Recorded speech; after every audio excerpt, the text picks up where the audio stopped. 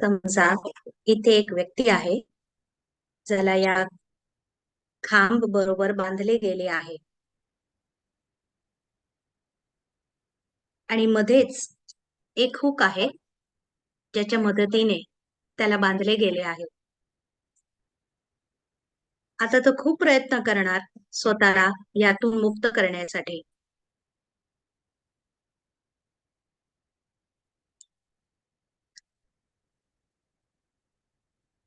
समजा याच व्यक्तीबरोबर इथे एक दुसरा माणूस आहे आणि ती दुसरी व्यक्ती दुसऱ्या शहरात आहे. जसं तो खांबाशी बंधनात होता, आता ही व्यक्ती या दुसऱ्या व्यक्तीशी बंधनात येऊ शकते का? काय वाटतं आपल्याला? ह्यांच्यामध्ये स्थूल अंतर असल्यामुळे ते बांधले जाऊ शकतात का एकमेकांशी?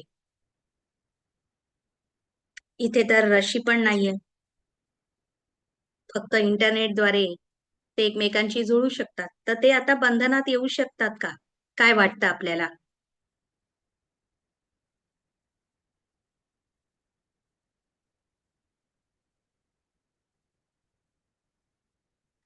मध्ये एवढं अंतर असल्यावर बांधले जाऊ शकतात का?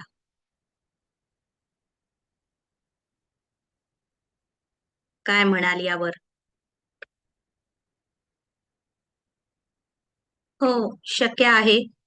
बरीचशी उत्तरं हो म्हणतात. पण कसं कसं शक्य आहे ही बंधनं निर्माण करणे? कारण दोघी वेगवेगळ्या शहरात आहेत आणि समजा त्यातली एक व्यक्ती त्या शहरातला नामी-ग्रामी व्यक्ती असेल, मग कसं काय शक्य आहे? तर बंधनाचा अर्थ काय इथे? पहिले ते समजूया. समजा ती व्यक्ती शहरात आहे आणि त्या शहराचा प्रधानमंत्रीही तिथे आला असेल, तर कसं काय शक्य आहे?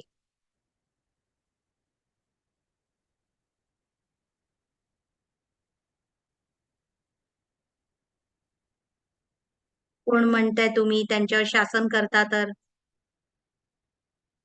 मानसिक रीतीने, भावनांनी जर जोडलेले असाल, विचारांनी तुम्ही जोडू शकता. तुम्ही त्याच्यावर ताबा करायला बघता. एक छान विधी आहे पाहण्यासाठी की बंधनं कशी बनतात, ज्याला आपण इंग्रजीत डिझायर म्हणतो, इच्छा.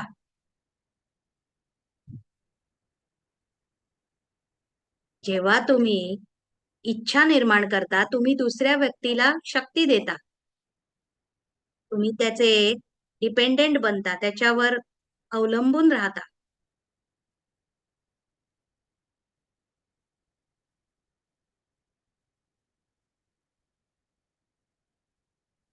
इच्छांचं एक दुसरा प्रतिरूप आहे, जे आपण सहजपणे ओळखू शकत नाही.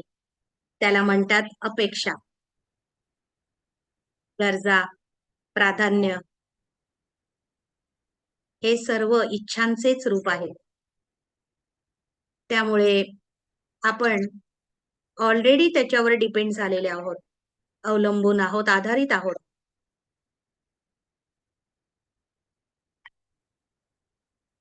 आणि बंधनं रशीने बांधल्या जाण्यासारखेच आहे, मनातले असले तरी.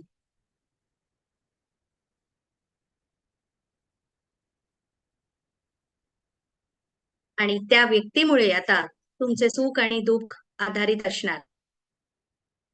त्यांच्यामुळे तुम्ही हर्षित राहणार किंवा उदास होणार. ह्याचा अर्थ आहे की तुम्ही बंधनात आहात.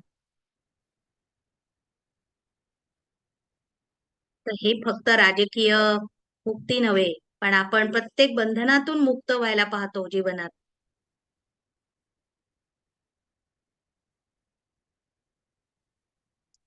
तर कसं मी या अशा अपेक्षांपासून कसे मुक्त होऊ शकतो आपण?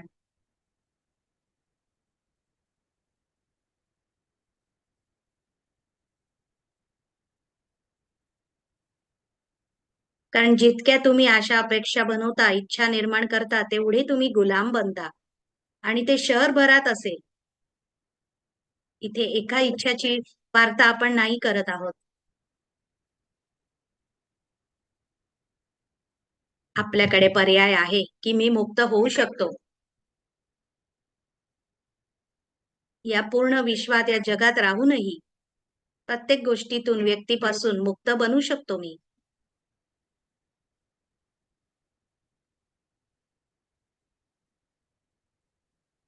आपण ज्या जगाशी निगडीत आहोत ते अद्भुत आहे. आणि हे चित्र बनवून आपण त्या विश्वाचा प्रतिनिधित्व करूया. आपण समजूया की हा मोठा जग हा चौकोनी आहे.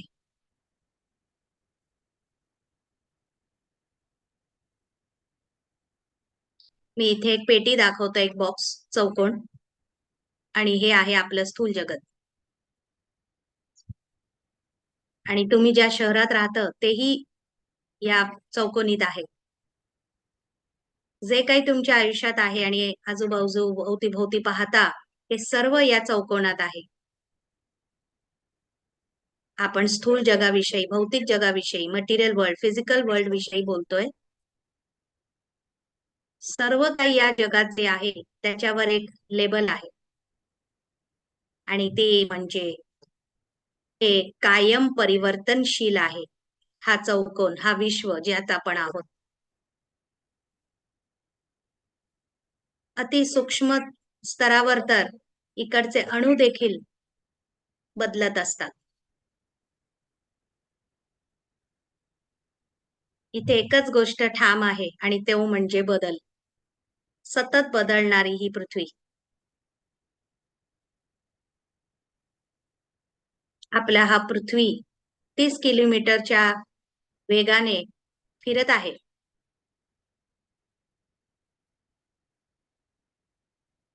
30 किलोमीटर प्रति सेकंडला किती वेगाने फिरत आहे. पण आपल्याला ते इथे अनुभवही होत नाहीये. तसंच आपलं पद बदलतं, नाव बदलतं, शारीरिक बदल होतात. त्यामुळे या जगाचा एकच निश्चित परिणाम आहे की ते संपणं. तर हे जग कायम बदलणारे आणि समाप्त होणारे असे आहे. काल आपण पाहिलं ना, याचा सुरुवात आहे तर अंतही निश्चित आहे. तिसरी विशेषता आपण काल काय पाहिली? जे नवीन आज अटेंड करतायत त्यांना संधी आहे उत्तर द्यायला. कोणीतरी अप्रत्याशित म्हणाले, हो, अनप्रेडिक्टेबल असं हे चौकोन, म्हणजे ज्या जगात आपण राहतो ते अनप्रेडिक्टेबल आहे, अप्रत्याशित आहे. कोणत्या क्षणाला काय घडेल हे कोणीच सांगू नाही शकत. तर आपण या चौकोनाच्या बंधनात आहोत का? तुम्ही कोणतीही बंधने निर्माण केली आहेत का? तुमच्या इच्छा अपेक्षा आहेत का या चौकोनात, अर्थात या विश्वात?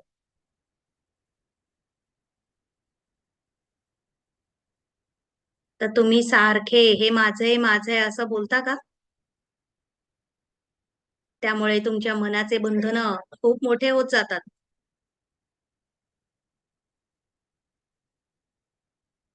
जर ती व्यक्ती, ते वस्तू दुसऱ्या शहरात असेल तरीही मी माझी डिपेंडन्सी तर निर्माण केली ना.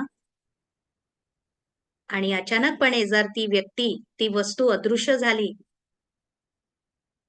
तर माझे हाल होतील.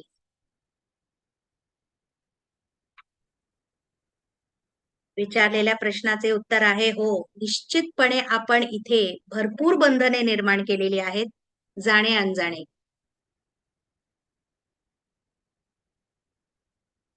कालही आपण पाहिलं त्याप्रमाणे कदाचित अजाण असूनच आपण ह्या बंधनं बनवलेत,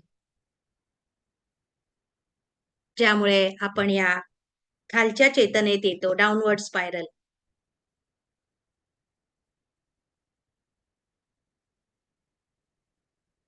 याचा अर्थ आहे की एक आशा अपेक्षा पूर्ण करायला आपण अनेक अनेक इच्छांना जन्म देतो.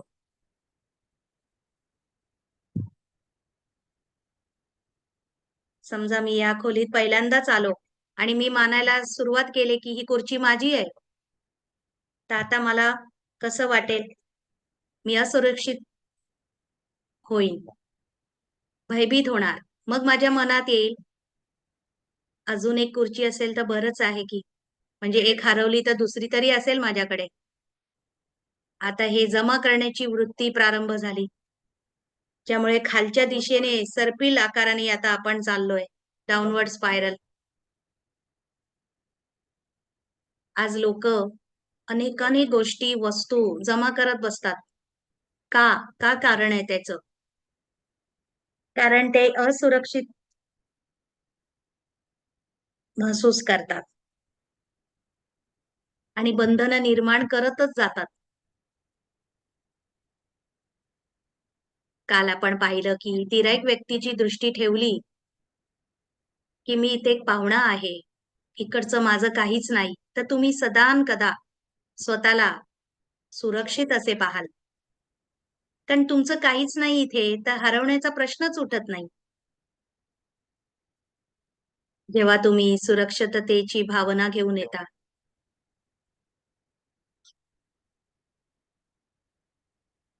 पण तुम्ही असुरक्षित जितके होता, त्याचा डायरेक्ट लिंक आहे की तुम्ही कितपत माझं माझं करत बंधनं बनवता. जितके तुम्ही खालच्या स्तरावर जाल, मग तुम्ही कितीही प्राप्ती केलीत या स्थूल जगात, तरीही जीवनाचा दर्जा फार खालच्या स्तराचा असेल. जे आपण आंतरिक जीवनकाल पाहिले कालच्या सत्रामध्ये. आतून विरक्ती, रिकामीपणा. ज्यामुळे लोक आज सुसाईडचा पण विचार करतात, आत्महत्या करायला पाहतात. कारण आत्मा आतून पूर्ण रिकामी झालाय. बाहेरच्या उपलब्ध्या असूनही.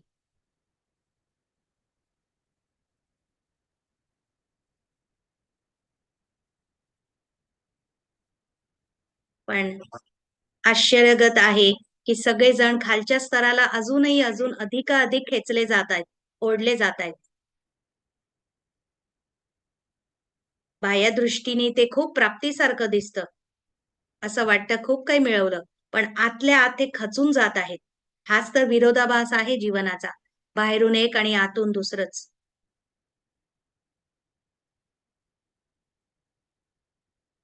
एक प्रश्न इथे आहे, हे शक्य आहे का की या जगात राहूनही या चौकोनाला तुम्ही जग समजा? तुम्ही जॉब करत असाल, धंदा असेल, काही असेल आजीविकासाठी, तर हे शक्य आहे का की तुम्ही बंधन मुक्त राहू शकाल? व्यक्ती आहेत, वस्तू आहेत, कुटुंब आहे तुमच्या शहरात, तुमच्या घरात, तरीही तुम्ही आतून बाहेरून मुक्त आहात, बंधनमुक्त. हे शक्य आहे का? एवढे व्यक्ती, वस्तू, वैभव सगळं अवतीभोवती असताना. फक्त जेव्हा आपण मेडिटेशन, ध्यान करतो तेव्हाच नाही, पण साधारणपणे जीवन जगताना मुक्त राहणे शक्य आहे का? हो, कठीण तर वाटतंय हे, कारण आतापर्यंत असं कधी ऐकलं नाही. तर तुमचं उत्तर जर हो असेल, तर कसं शक्य आहे हे? काय विधी आहे याची? सगळं असताना कसं मुक्त राहावं? मनातल्या बंधनांपासून. कदाचित ते विचार करतायत म्हणून उत्तरं येत नाहीयेत.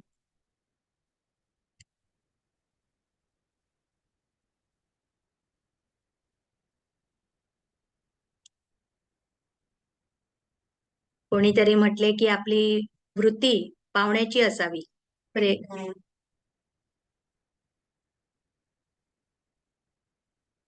आपल्या गरजा कमी कराव्यात.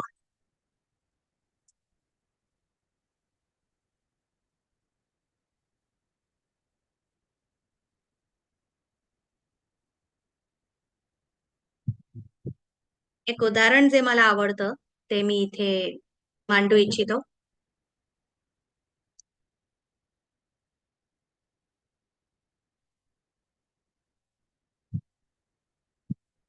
इथे मी एक म्युझियम बनवला आहे. चित्र तसं दिसत नसेल पण तुम्ही दुर्लक्ष करा. मी काय आर्टिस्ट नाही. समजा तुम्ही इथे आत फिरायला गेलात प्रवासी म्हणून, तर या म्युझियमच्या आत जाण्याची एक वेळ निश्चित असते आणि बाहेर येण्याचीही. आत जाऊन तुम्ही अनेक अनेक अद्भुत सुंदर अशा गोष्टी पाहता, पण तुम्ही बंधनं निर्माण नाही करत आतमध्ये, फक्त पाहता. खुशीने आत जाता, खुशी खुशी सगळं पाहता आणि तुम्ही बंधनं निर्माण करत नाही का? कारण बुद्धीत ठामपणे असतं की मी इथे एक विजिटर आहे, पाहुणा आहे, फक्त पाहायला आलोय, आनंद घ्यायला. 2 तासाची ती वेळ आहे. तर ती जागृती असते ना तुम्हाला, की या म्युझियम मधलं एकही गोष्ट माझी नाही किंवा मला ही हवी नकोय. तेव्हा तुम्हाला माहित असतं की माझं बाहेर जाणं हे ठरलेलं आहे. एक्झिट कन्फर्म्ड आहे. पण जर तुम्ही विसरलात की तुम्हाला बाहेरही पडावं लागेल, मग कदाचित तुमच्याकडे वेळच वेळ असेल आणि तुम्ही बंधनं निर्माण करू शकाल.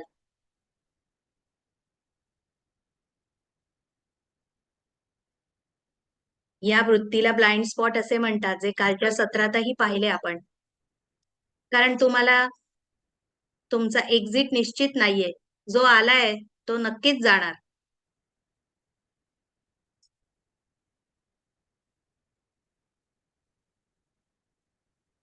तर इथे मोठा प्रश्न हा उद्भवतो, की खरंच आपण पाहुणे आहोत का? असे मानतो? आपल्याला निश्चय आहे की या जगात आपण प्रवासी आहोत, पाहुणे आहोत? कारण त्यामुळेच आपल्याला अहंकाराला दूर करण्याची मदत मिळेल, की आपण इथे पाहुणे आहोत. आपलं इथे काहीच नाही. तर स्वतःला पाहुणं पाहणं हे सर्वोत्तम विधी आहे. मी एक अजून प्रश्न विचारतो.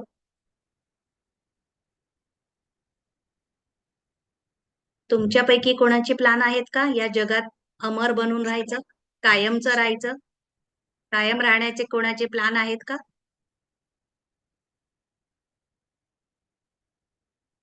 कारण जर तुमचं तसं ध्येय नाहीये, तर मग नक्कीच तुम्ही इथे पाहुणे आहात.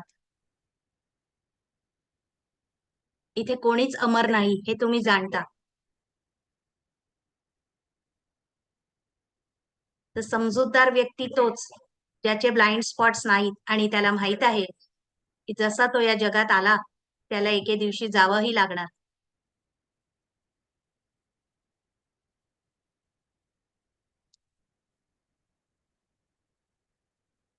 आपल्या सर्वांच्या जीवनात कुठेतरी एक ब्लाइंड स्पॉट असतोच, जिथे आपण अडकलेलो असतो आणि ते आपल्याला दिसत नाही सहजपणे.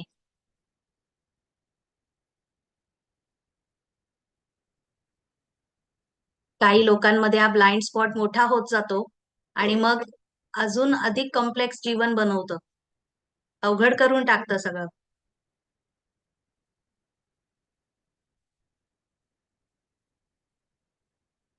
आज जगामध्ये लोक बंधनांवर बंधनं बनवत चाललेत.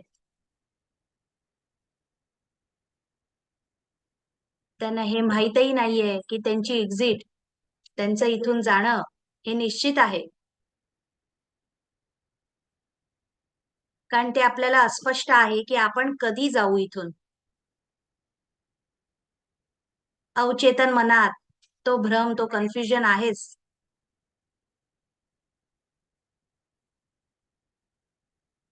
त्यामुळे आपण खालच्या दिशेने चाललोय जीवनात. कारण सर्वांना वरवरचं माहित आहे की आपल्याला इथून जायचे आहे, पण कधी ते निश्चित नसल्यामुळे आपण हलगर्जीपणाने खालच्या स्तरावर जात असतो. जे पशु प्राणी हुशार असतात ते कधीच फसत नाहीत. आपणही जर समजूतदारपणा दाखवला तर आपणही फसणार नाही यापुढे जगात राहूनही.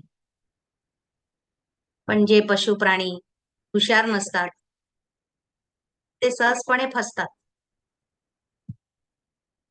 आपण जेव्हा हा मोठा नकाशा पाहतो, की आपल्याला कळून चुकले आहे, की गॅरंटी आहे, की एके दिवशी जायचेच आहे. मग आपण का अडकणार?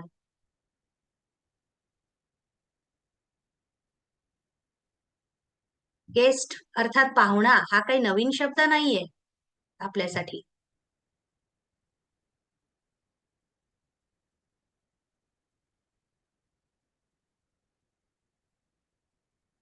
कितीतरी देवदूत येऊन आपल्याला सांगून गेले, की या जगात तुम्ही पाहुणे आहात. हे जग तुमचं नाही, परकं आहे.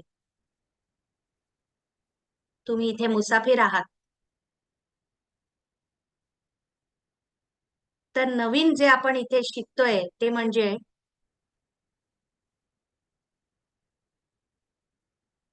पाहुणा शब्द नवीन नाही. मग नवीन काय समजतोय आपण? काय शिकलो?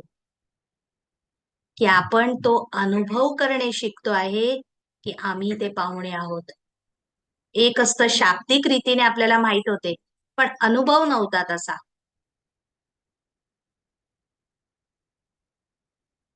हा तर फारच समजूतदारपणा समजला जाणार.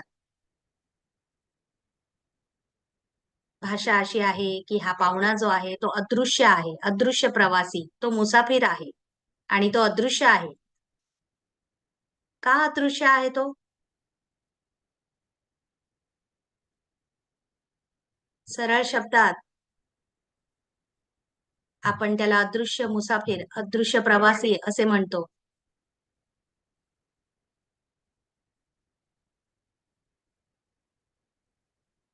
तो आता जाणतो, की या स्थूल जगात माझा प्रवेशही आहे आणि एक्झिटही आहे. प्रत्येक गोष्टीची इथे सुरुवात आणि अंत आहे. माझं मालकीचं इथे काहीच नाही. काहीच माझं नाही. व्यक्ती, वस्तू, वैभव. हं. म्हणून तो आभारी राहतो.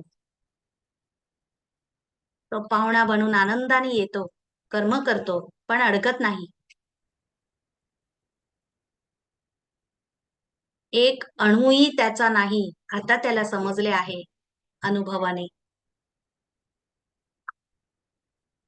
तो या बॉक्समधलं कोणत्याही गोष्टीच्या आधाराने स्वतःच परिचय देत नाही. त्याची ओळख बनवत नाही. तो आध्यात्मिक दृष्टीने पाहतो.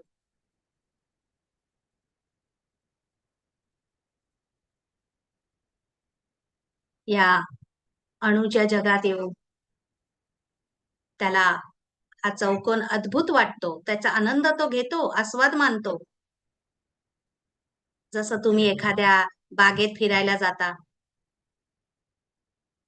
तिथल्या गोष्टी पाहता, आनंद मानता, प्रशंसा करता. पण तुम्हाला माहितीये दुसऱ्या बाजूनी बाहेर जायची गेट आहे. तसेच या स्थूल जगात, या चौकोनात आपण पाहुणे आहोत. आपल्याकडे पाहुणा राहायचा पर्याय आहे.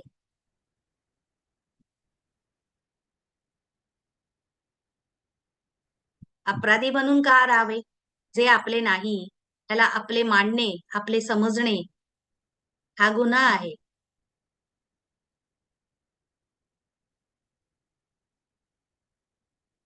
तो जाणतो, तो जिथून आला आहे, तिथे सगळे सुरक्षित असतात. ती सुरक्षिततेची भावना तो इथे घेऊन येतो. ज्यामुळे त्याच्यातलं श्रेष्ठ व्यक्तित्व बाहेर येतो. ज्यामध्ये आहे शांती, सुख, खुशी.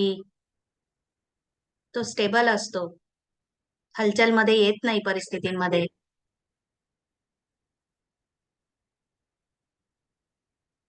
त्याचं ध्यान, कॉन्सन्ट्रेशन पॉवर सर्वोच्च असतो. त्याचं मानसिक संतुलन श्रेष्ठ असतं. तो अधिक क्रिएटिव्ह असल्यामुळे अनेकानेक कलाही दाखवतो. त्याचा व्यक्तित्व पूर्ण असतो आणि फुलून येतो. कारण तो सुरक्षित आहे या भावनेने तो कर्म करतो. निर्भय असतो. म्हणून तो उमंग उत्साहाने सर्वांशी व्यवहार करतो. ज्यात प्रेम आहे, खरे प्रेम. आपल्याला हे माहित होतं, हे काही नवीन नाहीये. आपण सर्वांना असे जीवन हवे आहे ना, ज्यामध्ये आपण नेहमी सुरक्षित असू. तर आम्ही इथे काही नवीन नाही सांगत आहोत. समजा एखाद्या व्यक्तीला अधिक सोनं हवं असेल, तरीही त्याला सुरक्षित राहायची इच्छा असते. कोणाला प्रेम हवं असेल, कोणाला महाल बांधायचा असेल, तरीही भावना काय आहे त्यामागील, की मी सुरक्षित राहीन या महालात. अधिक सोनं असेल तर मी सुरक्षित असेन. अधिक पैसा, मागील भावना सुरक्षित राहण्याचीच होती ना, प्रत्येक कर्मामागे.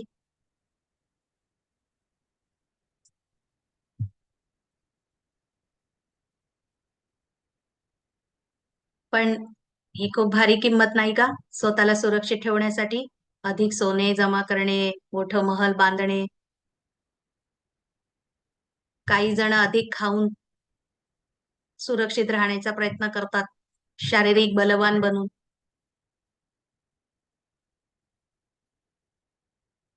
तर खरं काय घडत आहे, आपण ज्या गोष्टींचा आधार घेतो सुरक्षित राहायला,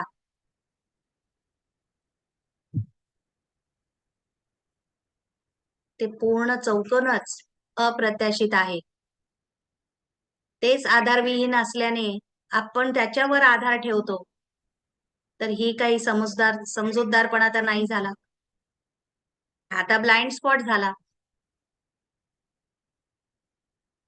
हे काही शाश्वत जग नाहीये, अनादी. त्यामुळे ते कायम राहणारच नाहीये. मग त्याच्यावर कोणताही आधार ठेवणे, अवलंबून राहणे, ही समजदारीपण नाहीये.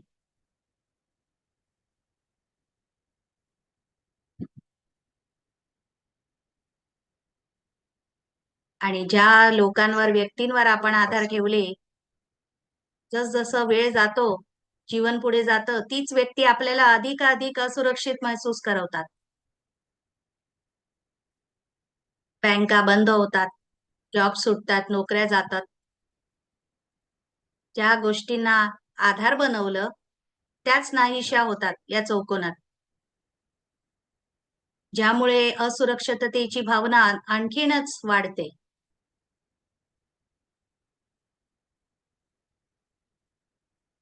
तर सेन्सिबल उत्तर काय आहे? जो समजदार असेल, तो समजदार आहे, पण त्यालाही सिक्युरिटी हवी.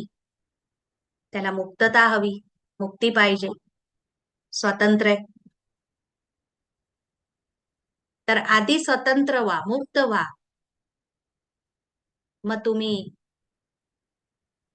साहजिकच सुरक्षित असाल. बंधने निर्माण करू नका. मग जीवनाचा स्तर चांगला होईल, उच्च होईल.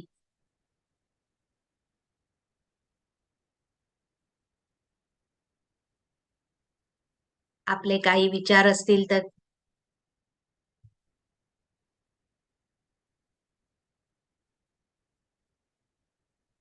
काही जण म्हणतात की अधिकाधिक जमा केले की स्वतःबद्दल फार बरं वाटतं.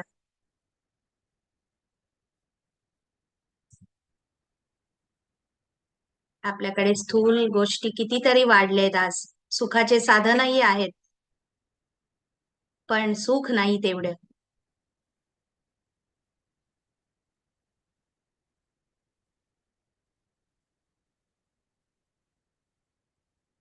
जो स्वतःला अदृश्य पाहुणा असा पाहतो, प्रवासी, तो या जगातून फक्त जात आहे, भेट द्यायला आलेला. त्या अदृश्यला आपण एक स्टार, एक तारा म्हणून पाहूया, कारण तो अदृश्य आहे. या स्थूल नेत्रांनी त्याला पाहता येणार नाही. तो आहे इनविजिबल स्टार, अदृश्य तारा. तो इथे या जगात येतो आणि इथून जातो.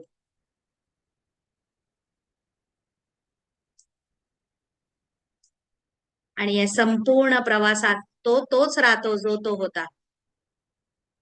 या जगात येणं फक्त त्याच्यासाठी एक अधिक अनुभव करण्याचे साधन होते मात्र. त्याचं व्यक्तित्व बदलत नाही यामुळे. तो अदृश्य प्रवासी साक्षी दृष्टा आहे.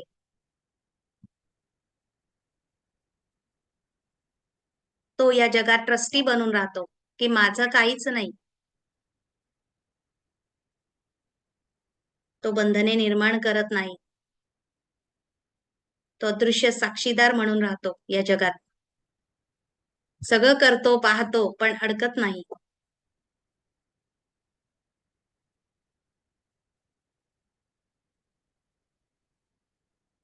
हा जो हिरवा रंगाची रेषा आपण दाखवतोय इथे, ते आपण रेफरन्स साठी उपयोग करूया. या चौकोनात येणं पाप नाही, पण अदृश्य जेव्हा या रेषा ओलांडतो तेव्हा त्याचे कर्म विकर्म बनतात.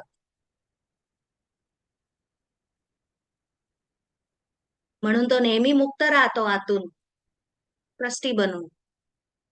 मग ते लोक असो, वैभव असो, धन असो, परिवार असो, काहीही असो, काहीही माझं नाही. जेव्हा त्याची वेळ येते एक्झिट करायची, सुखाने तो जाऊ शकतो. कारण तो या जगाचा नव्हताच.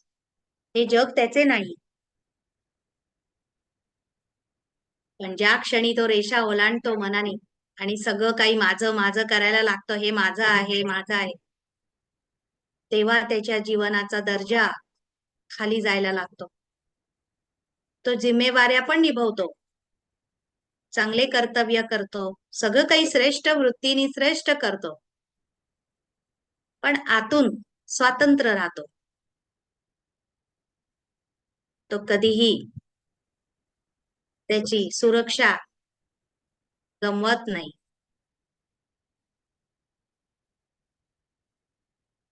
समजा मी या खोलीत 2 तासांसाठी असेल आणि मला कोणी एका झाडाचं काळजी करायला सांगितले 2 तासापूर्वी, तर मी खुशीने ते झाडाला पाणी देईन.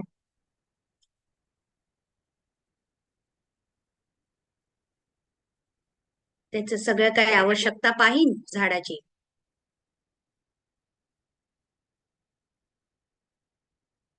पण ट्रस्टी बनून करेन. आता मी झाडाची काळजीही करतो, जे माझं कर्तव्य आहे.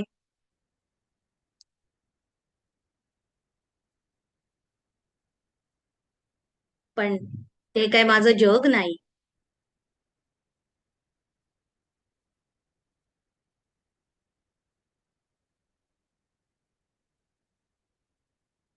पण जे काही मी करीन त्याच्यामध्ये नैराश्य नसेल. आणि माझं आहे, माझं आहे, आता काय होणार, त्या झाडाचं काय होणार, माझं काय होणार, त्याहून मी स्वतंत्र राहीन, स्वावलंबी राहीन. कारण अहंकाराला भीती वाटते, तो चिंता करतो, आता काय होणार, आता काय होणार. समजा मला झाडासाठी पाणी नाही मिळाले तरी मी दहशत मध्ये नाही येणार. हा, जर पाणी मिळाले तर मला आनंदच होणार, पण नसलं तर मी काय काळजी करून मरणार नाही, चिंतेग्रस्त होणार नाही. हा अदृश्य प्रवासी, अदृश्य दृष्टी आहे. तर या स्थूल जगात, भौतिक जगात त्याच्याकडे भौतिक घर आहे, भौतिक साधन आहेत, लोक आहेत, संबंध आहेत, गोष्टी आहेत, पण तो आतून ट्रस्टी राहतो, कोणावरही हक्क गाजवत नाही. कारण त्याला यातल्या कशाचीही आणि कोणाचीही खरं तर गरज नाही. हे त्याच्यासाठी एक्स्ट्रा, जसं कोणी गिफ्ट दिल्यासारखं. पण जर त्याने ती डॉटेड लाईन, ती रेषा ओलांडली, मग तो बंधनात येतो. आणि ही बंधनं तो स्वतःच निर्माण करतो आणि स्वतःच त्यात अडकतो.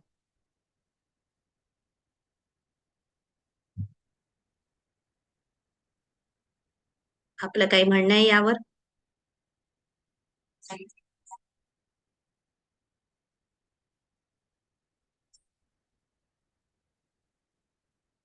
हो, ते पुढे अजून जाणू इच्छितात.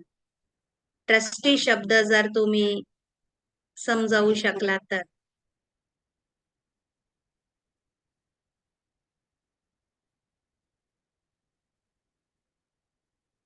हा कॉन्सेप्ट त्यांना आवडला ट्रस्टीचा.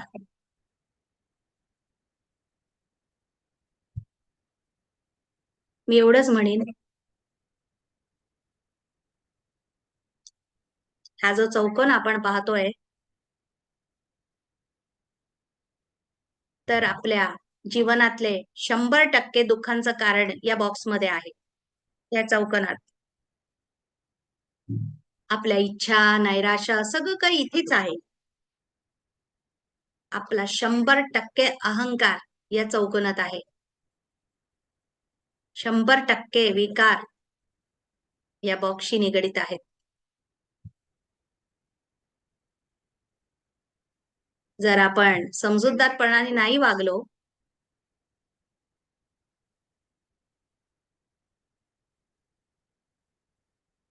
तर आंतरिक जीवन खालच्या दर्जेला जात असतो. फ्री फॉल म्हणता येईल त्याला. म्हणून ती रेषा ओलांडू नये हा पर्याय आपल्याकडे आहे. श्रेष्ठ वृत्तीने आपण कर्मात यावे. कारण जर आपण त्या रेषेच्या मागे राहिलो, तर काहीच कारण नाहीये या दुःखांना, विकारांना आपल्या जीवनात यायला. रेषा ओलांडली की हे सर्व आपल्या जीवनात येतात. मग आपण गुलामीचे जीवन, भिकारीचे जीवन जगतो, आतून बाहेरून. पण सत्यता ही आहे की आपण सर्वच अदृश्य मुसाफिर आहोत आणि खूप श्रेष्ठ आहोत. आपले जग श्रेष्ठ आहे, ज्या घरातून आपण येतो. आपण आतून भरपूर आणि समृद्ध आहे. आपल्याला कशाचीही, कोणाचीही गरज नाही खरं तर. गोष्टी आल्या गेल्या, लोक येतील जातील, आपण आनंदात राहतो. आणि ती श्रेष्ठता आपल्या कर्मात येते आणि इतरांनाही मदत करते, कारण सगळेच श्रेष्ठ आहेत.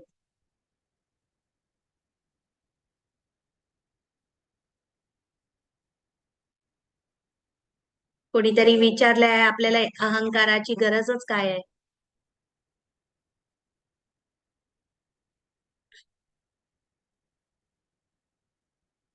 हम्म. जसे या चित्रात आपण आधी पाहिलंय, जेव्हा तुम्ही रेषा ओलांडता ट्रस्टी होण्याचा, अदृश्य पावणा होण्याचा, मग तुम्ही ब्लाइंड स्पॉट ही भाषा आपण वापरतोय.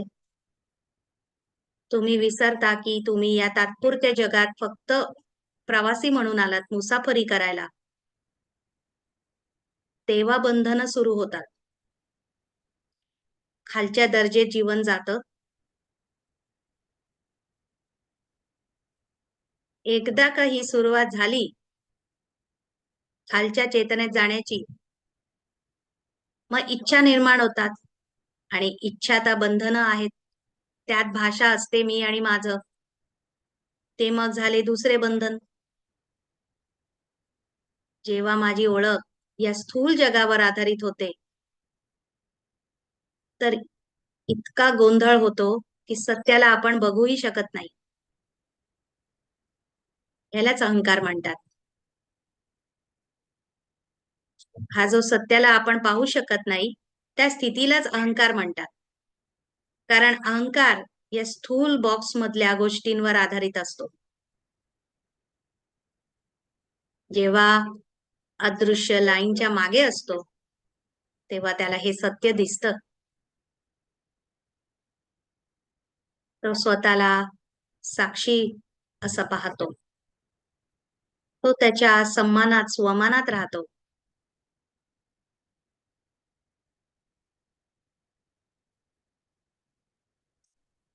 ज्याला आपण आत्मिक स्थिती किंवा सोल कॉन्शियसनेस म्हणू शकतो. उच्च चेतना, जे इगोकडे नाही आणि आपल्याला तिथेच राहायचे आहे. त्या श्रेष्ठ वृत्तीत उच्च चेतनेत ट्रस्टी म्हणून, अदृश्य पाहुणा म्हणून.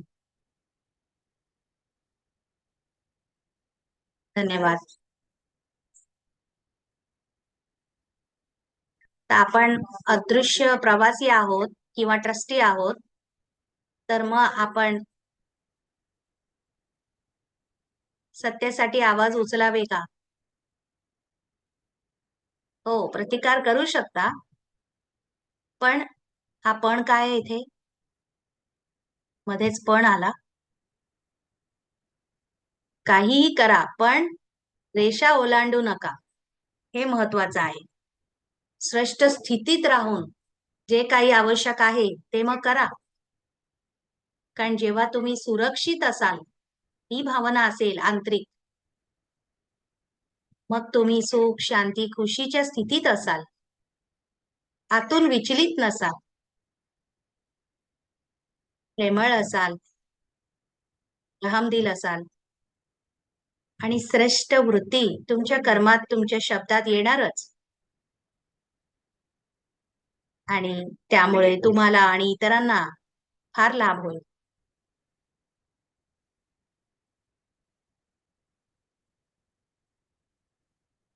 कारण या स्थूल जगात, या चौकोनात काय काय घडतंय, आपण ते थांबवावं, ते होऊ देऊ नये, अशी भावना निश्चितच येते. पण त्याआधी आपण लाईनच्या मागे राहावं, स्वतःची स्थिती पाहावी. नाहीतर काय होईल, खालच्या चेतनेत राहून आपण समस्यामध्ये हिस्सा बनू, समस्याचाच भाग बनून जाऊ आणि समाधान काढणे कठीण होईल आपल्याला. म्हणून उच्च दृष्टीने पाहणे गरजेचे आहे. ही एक पूर्व अट आहे. धन्यवाद. कोणीतरी विचारलाय, हा प्रवासी अदृश्य का आहे? तो अदृश्य का आहे?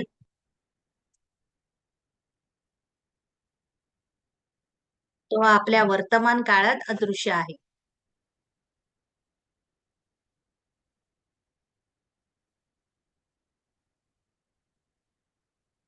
प्रत्येक प्रयोगशाळात काही असे मुखोटे असतात, मास्क असतात वापरण्यासाठी.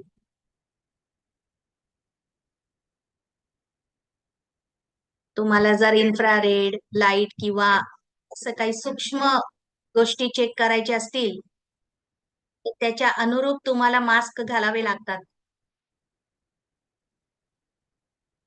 आणि त्यामुळे तुम्हाला संगीत ऐकू येणार नाही. कारण हेडफोन वेगळे असतात, हा मास्क वेगळा आहे. गोष्ट जेव्हा आपण या स्थूल जगात असतो, तर तेव्हा त्या मास्कला, त्या हेडफोनला काय म्हणाल तुम्ही? अदृश्य जेव्हा या स्थूल जगात येतो, दृश्यमान जगात, हो, निश्चितच शरीर रूपी यंत्र तुम्ही घेता ना, ज्यामध्ये मेंदू आहे, हातपाय आहेत. तर हा तुमचा गिअर आहे, हा तुमचा हेडफोन आहे, हा तुमचा मास्क आहे. आणि ते सर्वांनाच दिसतं.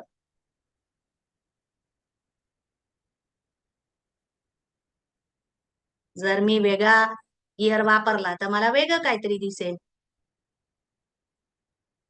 पण जेव्हा आपण रेषा ओलांडतो, तो अदृश्य इतका जिद्दीपणा करतो की त्याला दुसरं काही दिसतच नाही.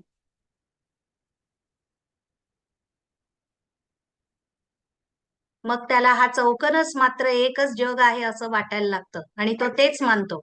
या जगा पलीकडे काही आहे, वेगळं सत्य आहे, हे तो मानायलाच राजी होत नाही. हे पुढच्या सत्रांमध्ये आपण अजून पाहू.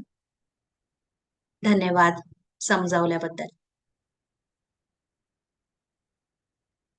हा, इथे कम्प्युटर गेमचं उदाहरण घेता येईल. हो.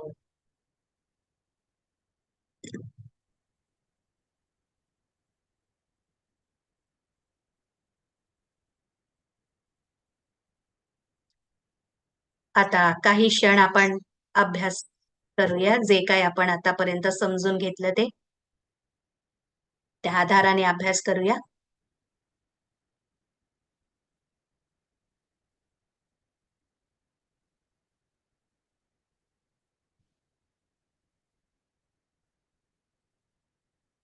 आता आपण एक आध्यात्मिक रुहानी दृष्टिकोन वापरतोय. ही रुहानी दृष्टी या मास्कच्या पलीकडे पाहू शकते स्पष्टपणे. आपण मोठा नकाशा पाहू शकतो आणि या चौकोनाचा तात्पुरता स्वभावही पाहू शकतो.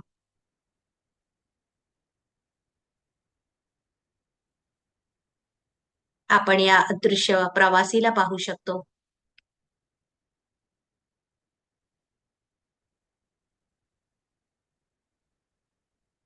अदृश्य प्रवासी जो एका ताऱ्यासारखा आहे, सूक्ष्म तारा, पण तो जागृत चैतन्य आहे. हा चैतन्य तारा या जगाशी निगडीत होतो, व्यवहारात येतो, पण जाणतो की तो इथे पाहुणा आहे, म्हणून तो कशावरही हक्क गाजवत नाही.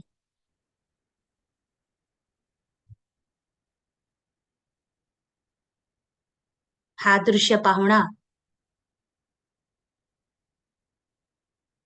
हा अदृश्य साक्षीदार आहे.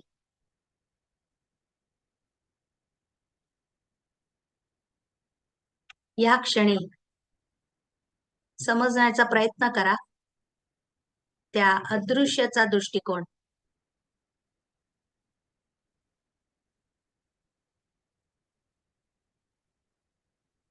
आपण तो कसे पाहतो हे अनुभव करण्याचा प्रयत्न करत आहोत इथे,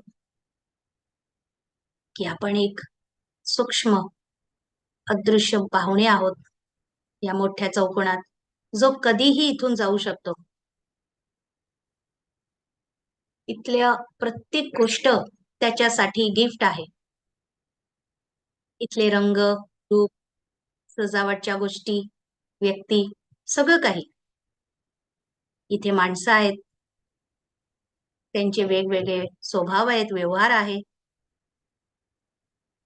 त्याला आनंद होतो या गोष्टींचा, तो प्रशंसा करतो.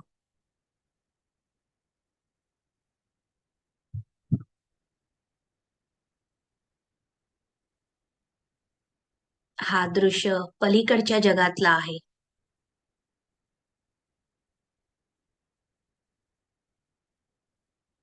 म्हणून त्याचे या स्थूल जगात कोणतीही बंधने नाहीत.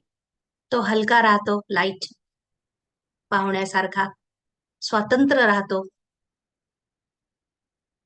आणि पाहुणा म्हणून आनंद मानतो या जगात. तो कायम सुरक्षित आहे. आभार व्यक्त करतो या स्थूल जगाचा. तो नेहमी खुश असतो. पाहुणे खुशच असतात. हा अनुभव करा. खेळा या विचाराशी. अ- अदृश्य प्रवासी तोच अदृश्य साक्षीदार आहे.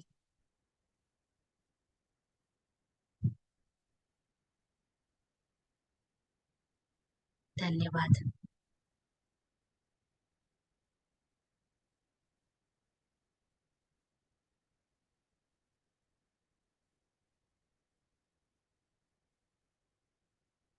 काही सांगायचंय तुम्हाला?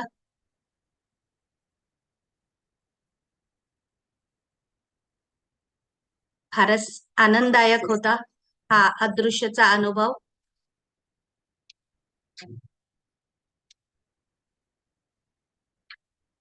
फार महत्वाचा अभ्यास आहे हा, जो सतत आपण स्वतःला विचारायला हवे.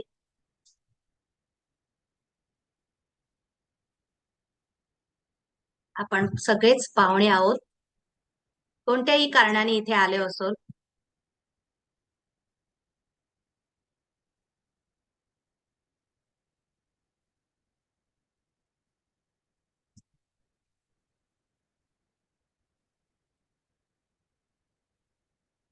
या संघटनेत आपण बसलो आहोत. कितीतरी कारणं दिसून येत आहेत की आपण का अदामध्ये आलो, असुरक्षित झालो.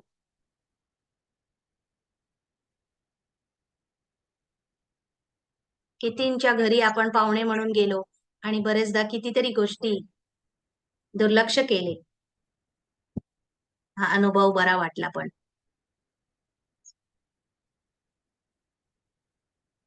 प्रश्न होता, आपण इथे पाहुणे आहोत आणि इथे फक्त भेट द्यायला येतो या चौकोनात. तर पाहुणा कुठून येतो?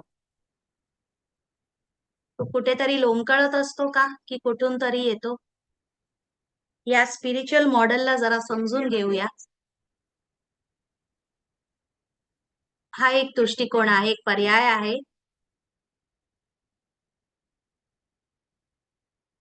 निळ्या रंगात जे दाखवले गेले आहे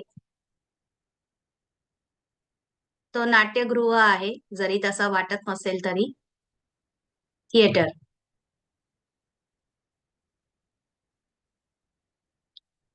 तर प्रश्न असा आहे, आज जे नवीनच जॉईन झालेत, पहिल्यांदा हे पाहत असतील, तर तुम्हाला हे काय वाटतंय? हा कशाचं चित्र आहे? जर हे नाट्यगृह असेल तर?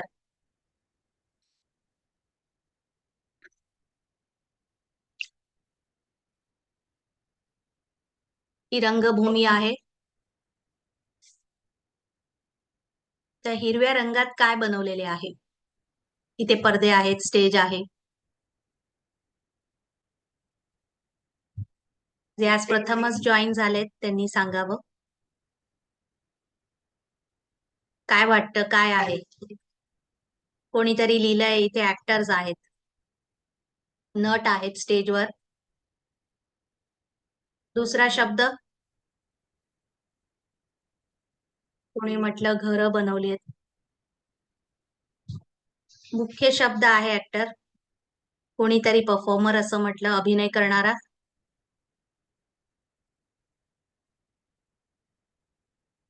कॅरेक्टर मीच आहे. हो, नक्की. हा एक स्पिरिच्युअल मॉडेल आहे, जिथे आपण सर्वांनी मास्क घातले आहे. तर ऍक्टर कोण आहे यामध्ये? ऍक्टर आहे तोच अदृश्य प्रवासी.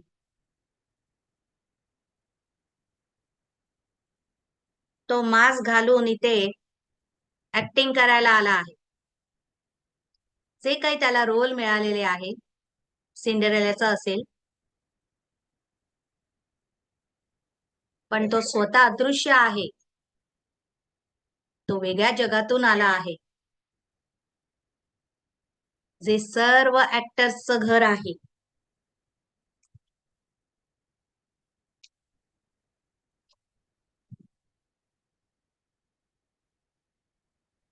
ते एक सुनिश्चित घर आहे, जे कधीच बदलत नाही.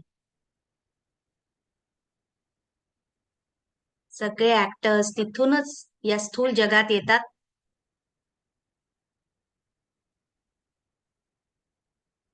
इथे फार छान भूमिका चालत आहे. सगळेच जण पाठ बजवतात.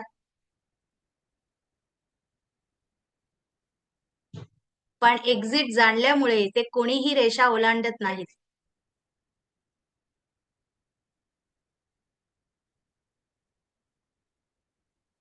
या दोन्ही जगांमध्ये खूप खूप अंतर आहे. जो खालचा जग आहे तो कायम बदलत राहत.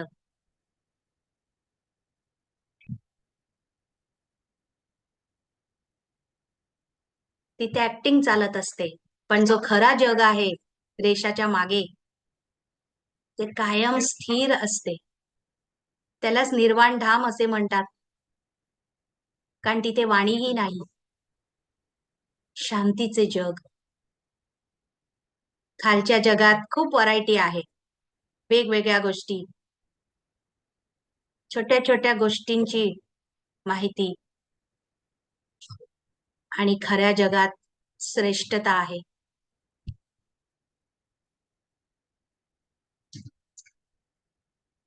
सगळे एकसारखेच आहेत, सगळे सुंदर तारे आहेत.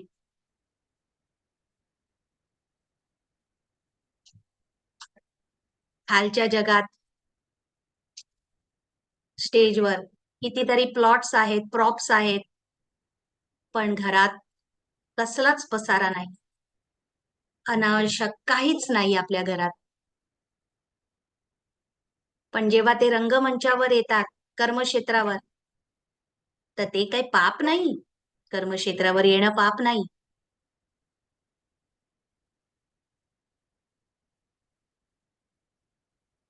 आजचा संदेश काय होता या सत्राचा? रेषा ओलांडू नका. अदृश्यनी ते ओलांडू नये.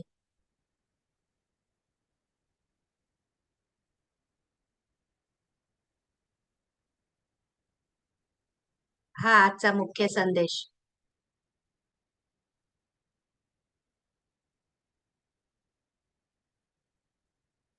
तुम्हाला जरी तुमचा पार्ट माहित नसला, पण ते काय पर्याप्त कारण नाही अज्ञानात यायला, रेषा ओलांडायला. तुम्ही जाणता ना मोठा नकाशा, की आता घरी परत जायचेच आहे.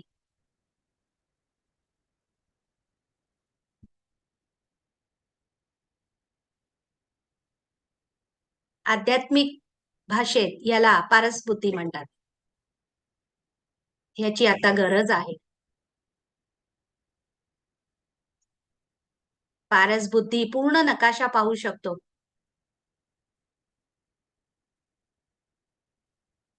कारण त्याला सूक्ष्म गोष्टी कळतात. तो त्या सूक्ष्म अदृश्य जगाला पाहू शकतो, अनुभव करू शकतो.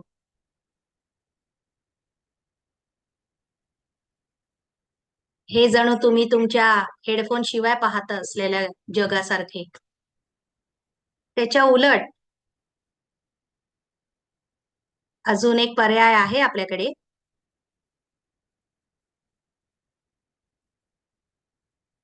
ज्याला पत्थर बुद्धी असे म्हणता येईल.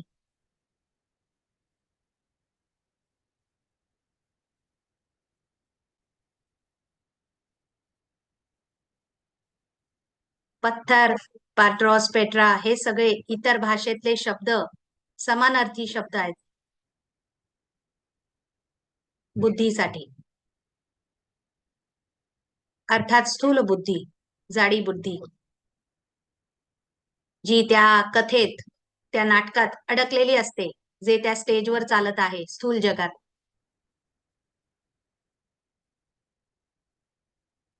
मग तिथेच ती लॉक्ड होते, अडकून बसते. आणि मग मी माझं माझं करत असते.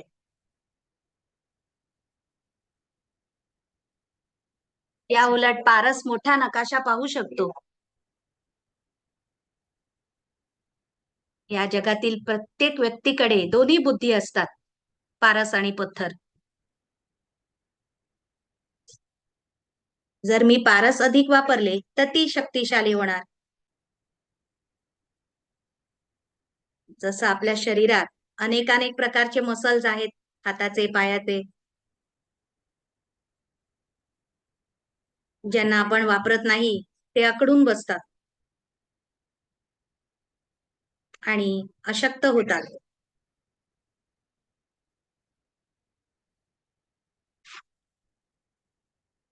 तसा हे जग आपल्या दोन्ही जग आपल्या समोरच आहे. पण वर्तमान काळात आपला समाज पत्थर बुद्धीचा समाज झाला आहे. पत्थरच अधिक शक्तिशाली बनत आहे. अरुंद बुद्धी.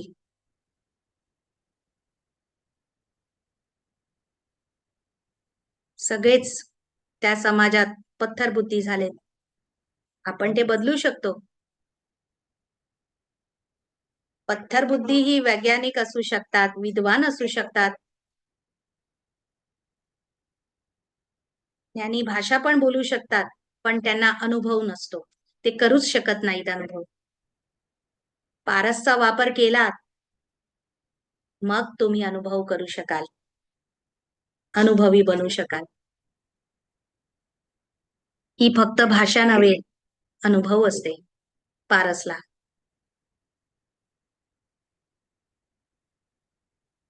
तर आहे ते आपल्याकडे दोन्हीही. जी आपण वापरू ती अधिक मजबूत होईल आणि मग हा पूर्ण खेळ बदलेल.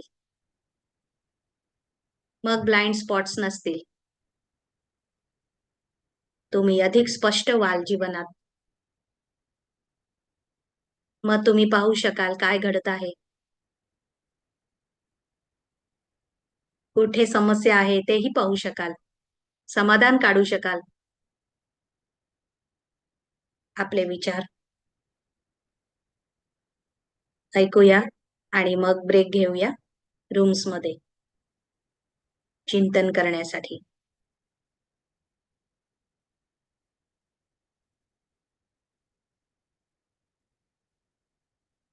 असतील बरेचसे विचार, पण अजून कोणी काही लिहिलं नाही.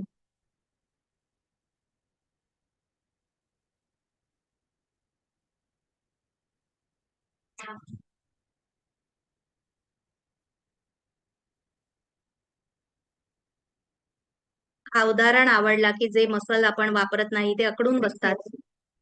तसं फारच बुद्धी वापरल्याने ती शक्तिशाली बनेल. आहे ती सर्वांकडेच.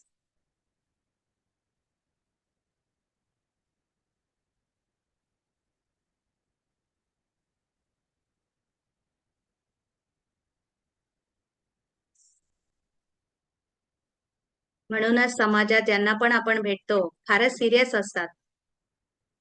पण पारसमुळे आपण किती हलके राहू शकतो, आनंदी राहू शकतो, हे आता कळले. कारण पाहुण्यासाठी तर हे सर्व गिफ्टच आहे ना. गिफ्ट मिळाल्यावर माणूस आनंदीच होतो.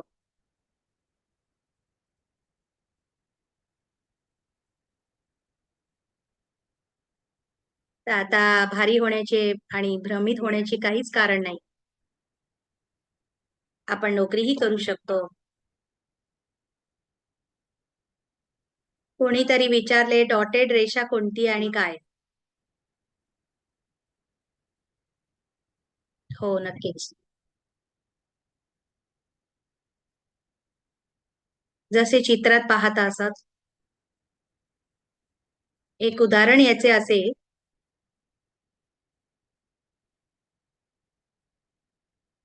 एक परिवार होता ज्यामध्ये आई वडील आणि त्यांचा एक मुलगा होता.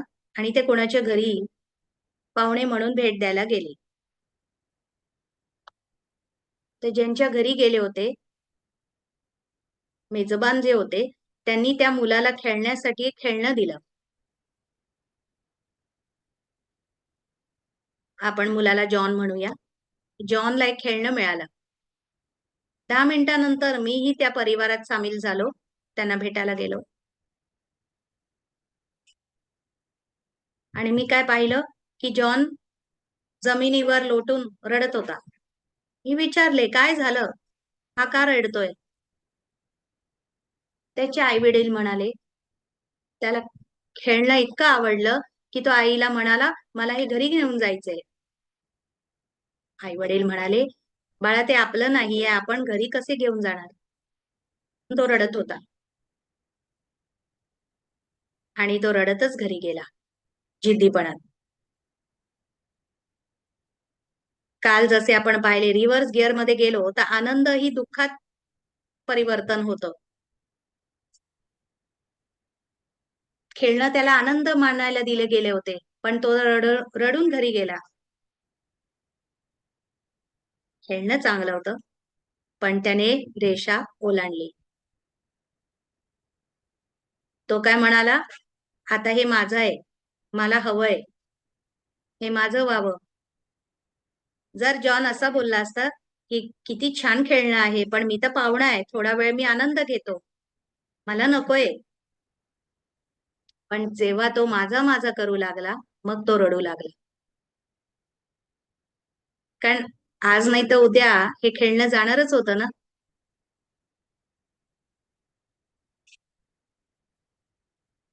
त्या दुःखाचं मूळ कारण बिचारा मी हेच असतं.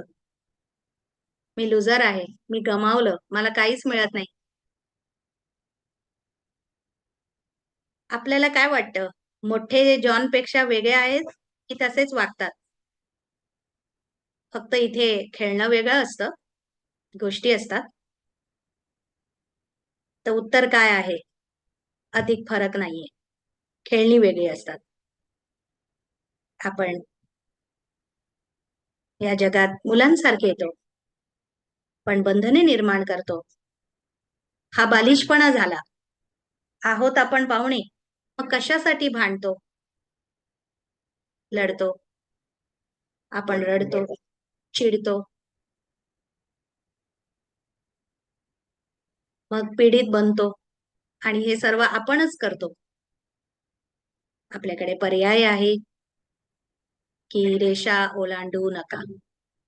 मग तुम्ही कधीच पीडित होणार नाही, दुःखी होणार नाही. समजूतदार मुलं राहा, खेळा, आनंद घ्या. जसे लहान मुलं खेळणीने खेळतात आणि घरी जाण्याची वेळ झाली की खेळणी सोडून देतात, कारण घरी पण खेळणी आहेत ना त्यांच्या मालकीचे. थोड्या वेळासाठी मिळालेले हे वस्तू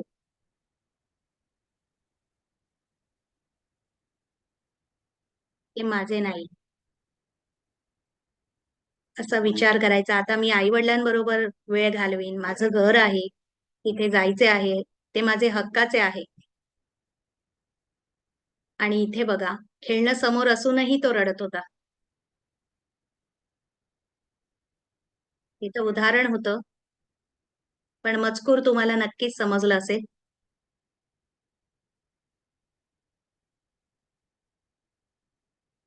आता आपण ब्रेक घेऊया. हो, धन्यवाद. इथे काही कॉमेंट्स आणि प्रश्न आहेत, ते मी लिहून ठेवलेत. एक प्रश्न जर घेता आला तर,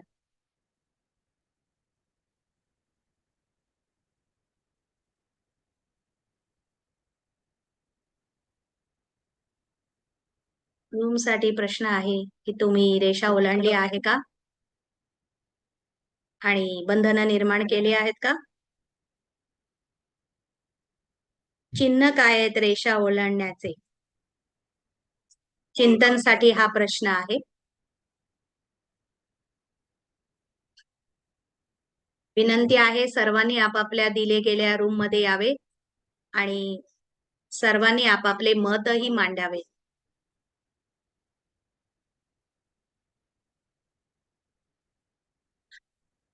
10 मिनिटांनी आपण परत इथेच भेटूया. धन्यवाद.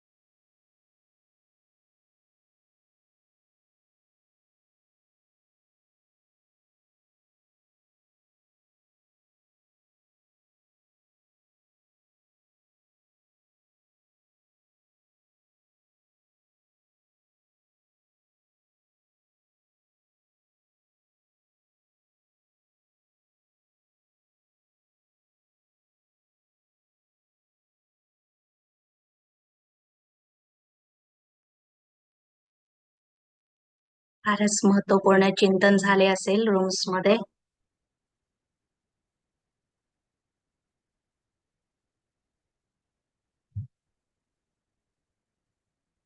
आपले मंतव्य ऐकण्यास आम्हाला फार आनंद होईल. मी इथे विनंती करते की संजय भाऊ यांनी येऊन इथे आपले विचार मांडावे.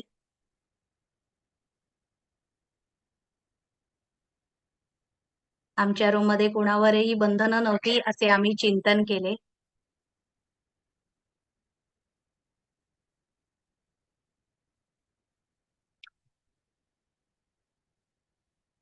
आम्ही रोल्स बद्दल, परिवाराबद्दल, जॉब्स बद्दल फार चर्चा केली.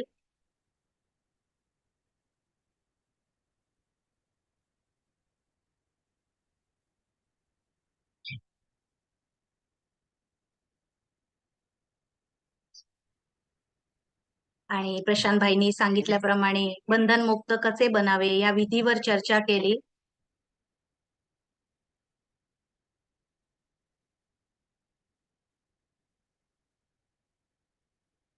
ही फक्त एक कल्पना नव्हे, पण आम्ही हा अनुभव केला. त्या मुक्ततेचा.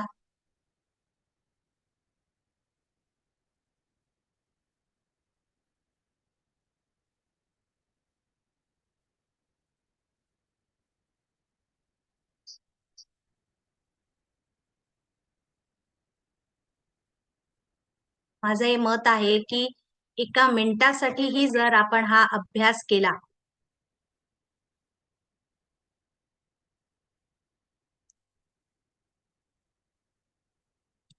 तर जसं आपण स्पर्धेत धावतो पण त्याची तयारी मिनिटे मिनिटे क्षण क्षणे करतो, त्याप्रमाणे आपण ती स्पर्धा जिंकू शकतो. अजून एक वि-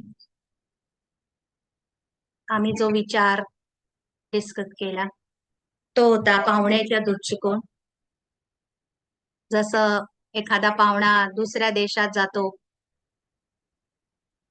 आणि तो जाणतो की त्याचं काही नाही तिथे मालकीचे,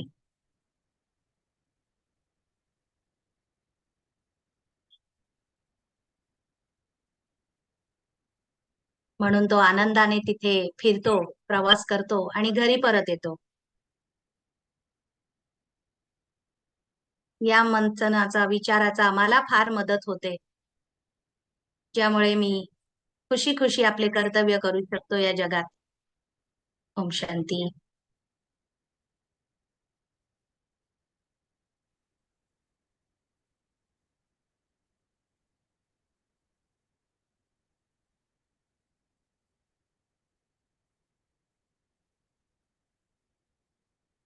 या ज्ञानामुळे आपला दृष्टिकोन बदलतो आणि परोपकाराची भावना पण जागृत होते आपल्यामध्ये. कारण कधी कधी भूमिका बजावता बजावता आपण त्यात अडकून जातो. म्हणून हा नवीन दृष्टिकोन, या रहस्याला जाणणं फारच छान होतं. धन्यवाद आपली मतं मांडल्याबद्दल. आपण प्रशांत भाई यांचा परत स्वागत करूया. धन्यवाद. आणि संजयला पण धन्यवाद.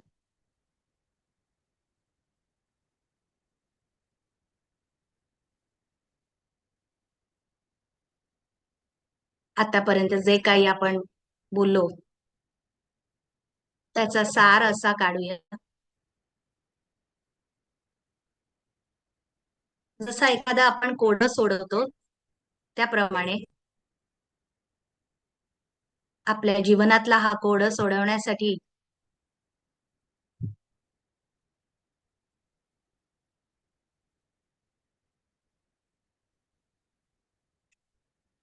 सर्वांचा सत्य अति सुंदर, अद्भुत आणि श्रेष्ठ आहे. सगळेच जण अजर अमर आहेत आणि त्यांचं स्वाभाविक चरित्र फारच सकारात्मक, पॉझिटिव्ह आहे आणि हे त्यांच्यासाठी खूप नॅचरल आहे.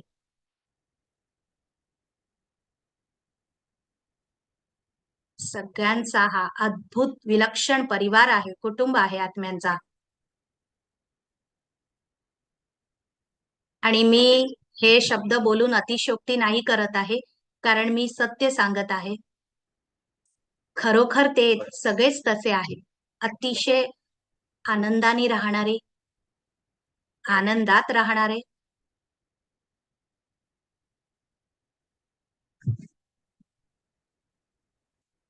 मग त्यांना त्या चौकोनात येण्याचा गिफ्ट दिला जातो.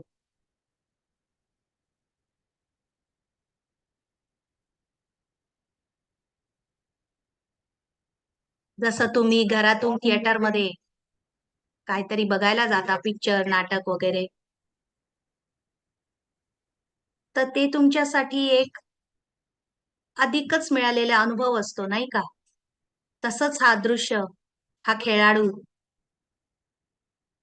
तो या नाट्यगृहात येतो, त्या चौकोनात, जे त्याच्यासाठी परम सौभाग्य आहे. अतिविलक्षण खेळ त्याच्यामध्ये त्याला यायला मिळतं. ही संधी फार सुवर्ण आहे त्याच्यासाठी.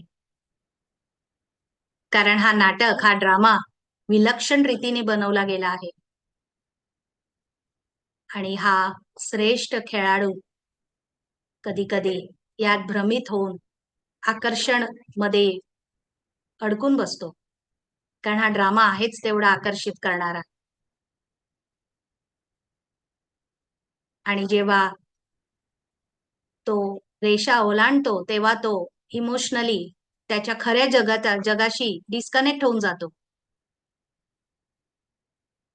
त्यामुळे छोट्या-छोट्या गोष्टीही मोठे अडथळे असे वाटतात त्याला.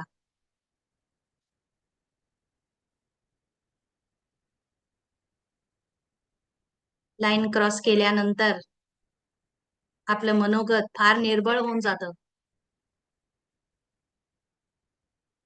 कारण ते स्वतःशीही डिस्कनेक्ट होतात. आणि त्यामुळे त्या खोट्या ओळखी तो निर्माण करू लागतो. कारण तो खरा ओळख विसरतो त्याची, की तो कोण आहे, कुठून आला आहे. आणि चौकोनात असलेल्या गोष्टींच्या आधारे तो त्याची ओळख निर्माण करतो. कारण तो स्वतःला शोधत आहे. काल सांगितल्याप्रमाणे सफलताच्या नावात तो पूर्ण वेगाने त्याचं जीवन खालच्या दिशेने जात आहे. जीवनाचं स्तर कमी झाला आहे.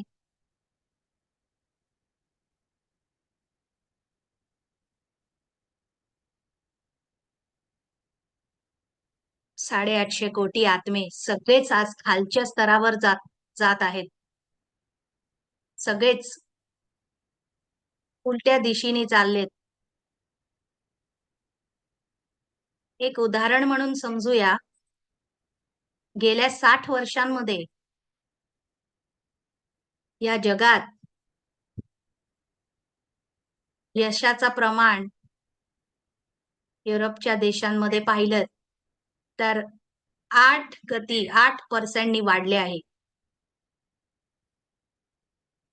8 गुणांनी आपण जास्त प्राप्ती केली आहे, सुखाचे साधन बनवले आहेत. पण त्यासोबत 4 गुणा अधिक, 30 गुणा अधिक 200 पटीने लोकं व्यसनमध्ये गेलेत, क्राईम करत आहेत आणि नैराश्याच्या आंधळ्या विहिरीत पडत आहेत. तर स्थूल साधनं असल्याने पण जीवनाचे स्तर किती खाली गेले आहे, हे आपण पाहू शकतो. बाह्य जगातमध्ये अधिक सोने, अधिक महाल, अधिक गाड्या असं दिसून येतं. अधिक शिक्षणाचं स्तर, पण आतील जीवन फार कमी झाले आहे. नैराश्याने भरलेले आहे.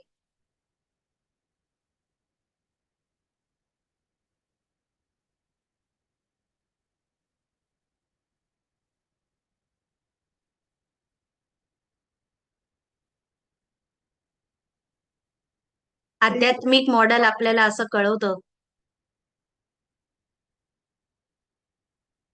की पारस बुद्धीमुळे तुम्ही मोठा नकाशा पाहू शकाल.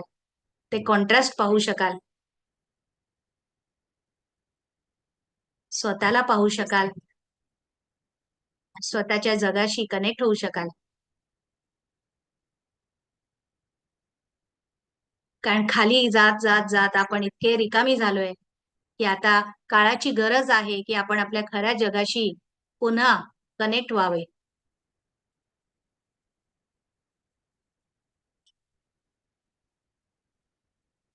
कारण अहंकाराला जिंकण्यासाठी फक्त रिलॅक्सेशन आणि कार्यक्रम ठेवल्याने होणार नाही.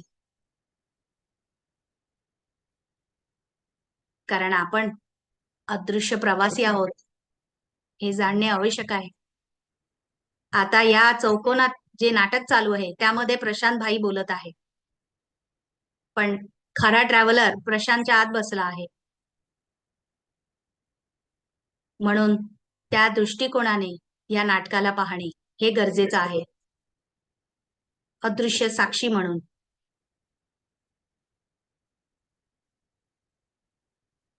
हा प्रवासी साक्षीदार आहे. तो न्यूट्रल राहतो. तो कोणाशीही अटॅच होत नाही. तो ड्रामा बघतो.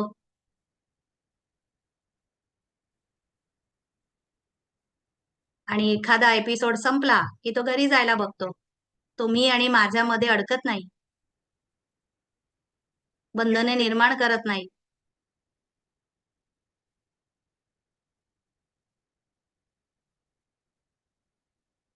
अदृश्य प्रवासी त्या दृष्टिकोनात जितक्या वेळा तुम्ही राहता, तुम्ही पारसला शक्तिशाली बनवता. मग ते एका मिनिटासाठी असो का क्षणांसाठी. आणि परिणाम निश्चितच 100% येतील.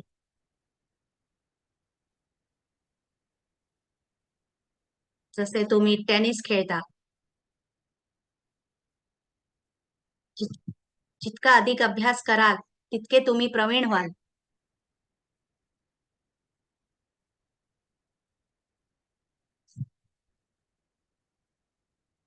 आणि तो अनुभव वाढत जाईल तुमचा. ज्यामुळे खोट्या आणि खऱ्या जगातला कॉन्ट्रास्ट तुम्ही बघू शकाल. अहंकार युक्त जीवन आणि अहंकार पासून मुक्त जीवन समजू शकाल. म्हणून योग्य दिशेने जीवनाला तुम्ही पुढे नेऊन जाऊ शकता.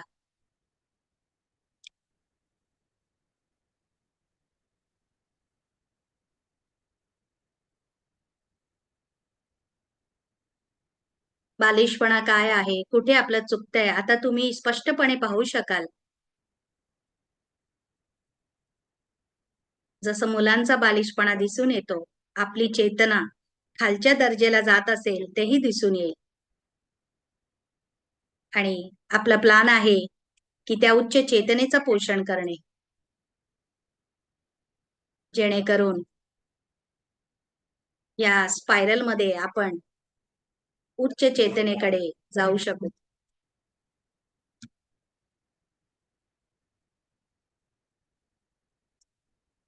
कारण जेव्हा तुम्ही स्वतंत्र असता तेव्हाच तुम्ही तुमच्या महानतेला, श्रेष्ठतेला अनुभव करू शकता.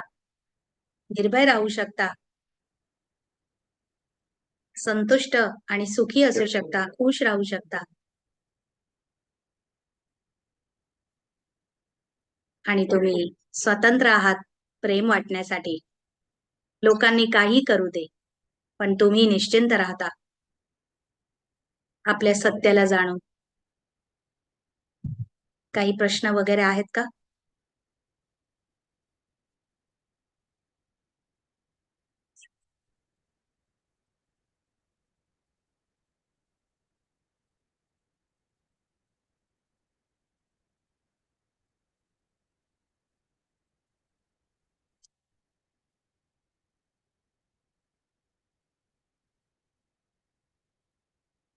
मला असं वाटतं की जे काही चर्चा केली त्याप्रमाणे दृष्टिकोन बदलेल जगाला पाहायचा.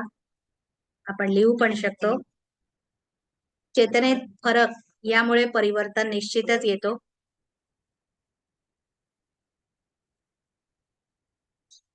आपले विचार बदलणं आधी फार कठीण वाटायचं, पण आता एक वाक्यही जर त्यातला घेतला नवीन दृष्टिकोनातला तर खूप मदत होईल.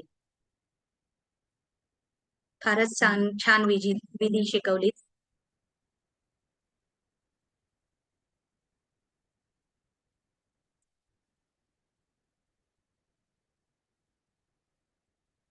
कोणीतरी विचारलंय, पारस स्थूल गोष्ट आहे का? दगडासारखी.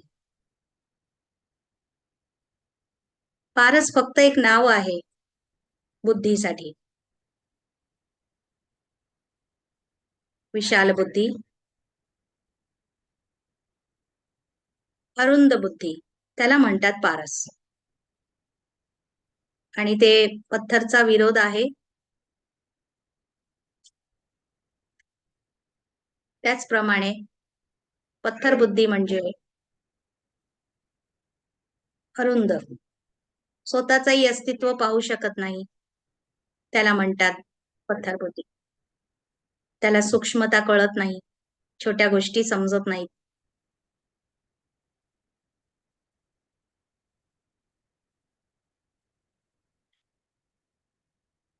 कोणीतरी विचारले आहे, पत्थर पासून पारसमध्ये परिवर्तन कसे करावे. जे आतापर्यंत करत आलो स्थूल रूपात, ते बदलावे का? हो. मी असं म्हणेन की तुम्ही आतापर्यंत जे काय ऐकलं त्याचा एक स्केच बनवा, चित्र काढा आणि तुमच्या मेन रूम मध्ये ते लावा.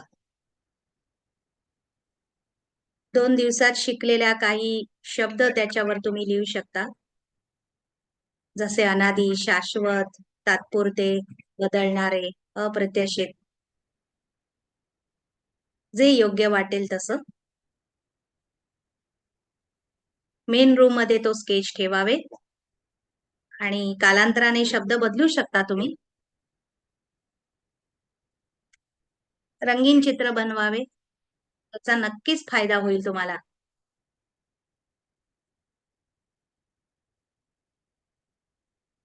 तर हा होमवर्क म्हणून नक्कीच करा. प्रॅक्टिकली याचा फायदा काय होईल, तुम्ही मोठा नकाशा सतत, ज्यामुळे तुमचं दृष्टिकोन बदलून राहील, पारस बुद्धी बनेल. कारण पारस बुद्धीला शक्तिशाली करण्यासाठी ट्रेनिंगची आवश्यकता आहे.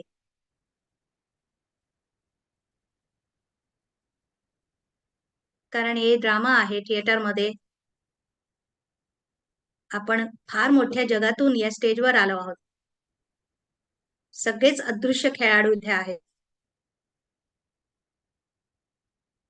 या कल्पनेशी खेळा, या अद्भुत विलक्षण कल्पनेशी, ज्यामुळे पारसचं पोषण होईल. कारण पत्थर बुद्धीसाठी हे अशक्य आहे. तो अदृश्य ऍक्टर्स बघू नाही शकत, त्याला काहीच समजणार नाही. पण पारस फार विशाल बुद्धी बनून दुरांदेशी बनू शकतो. असे तुम्ही काही सेकंदांसाठी अभ्यास केला तरी फायदा होईल. हा मोठा नकाशा पहा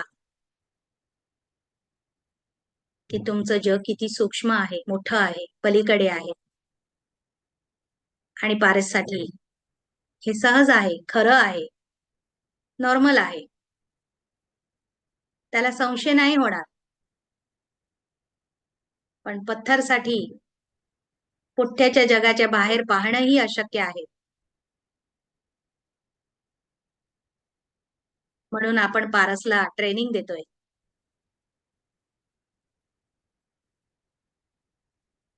आणि मग सहजच आपली पारस बुद्धी बनत जाईल, वाढत जाईल. ट्रेनिंग शब्द फारच आवडला, कारण त्यासाठी स्वतःला कमी न लेखता सतत हा अभ्यास करत राहावं.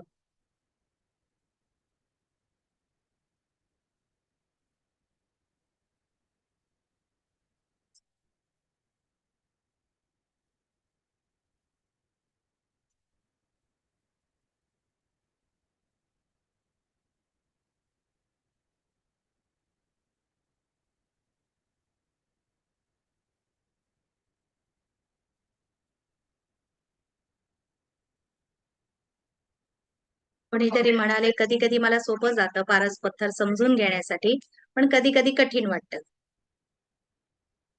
मग त्यासाठी आपण वेळ काढतो अभ्यास करण्यासाठी. जेणेकरून पारस शक्तिशाली बनत जाईल आणि मग ते फार स्पष्टपणे अस्तित्वात येईल. हे कोणत्याही गोष्टीसाठी आहे. जितका अभ्यास कराल तितकी ती मजबूत होती जाईल.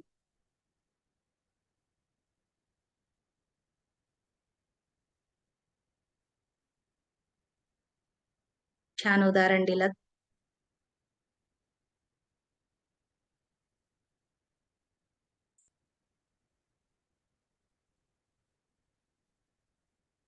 कदाचित सकाळची वेळ फारच उत्तम असेल या अभ्यासासाठी.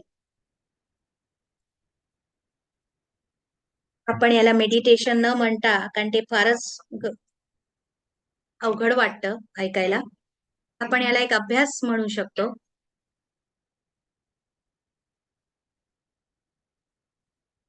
सकाळची वेळ फारच छान राहील या अभ्यासासाठी.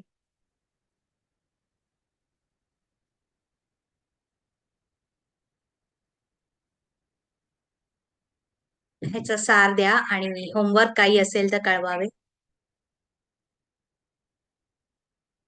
जे काही शब्द आज वापरलेत, दृश्य, पाहुणा, प्रवासी, मुसाफिर, ट्रस्टी, तोच अदृश्य खेळाडू आहे, ऍक्टर आहे, हे सर्व कॉमन होतं सर्वांमध्ये. आपण सर्व या बॉक्सच्या बाहेर आहोत. फक्त त्या बॉक्समध्ये भेट द्यायला जातो. या कल्पनेशी जरा खेळा, अनुभव घ्या, ज्यामुळे तुम्ही त्या उच्च चेतनेचा पोषण कराल.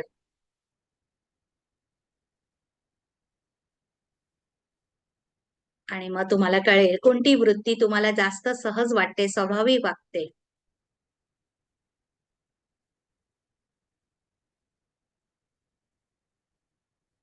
ज्यामुळे पारस पण सोपं होईल तुमच्यासाठी आणि अहंकार लहान होत जाईल. जितके पारसचं पोषण कराल उच्च चेतनेचा, तितके अधिक अहंकार लहान होत जाईल. कारण तोच होता आपल्या सगळ्या प्रॉब्लेमचा कारण. काल पाहिलंच असं.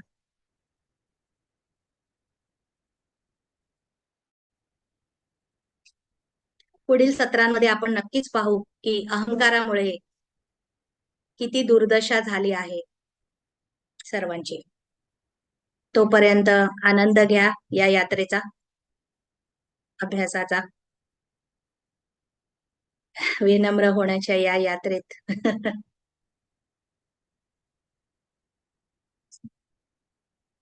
हो, जिवंत राहणं मोठा वरदान आहे.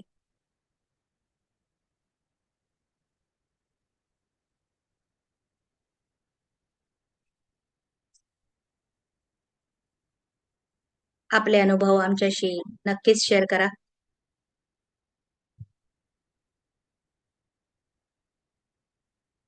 उद्या पुन्हा भेटू. नमस्कार.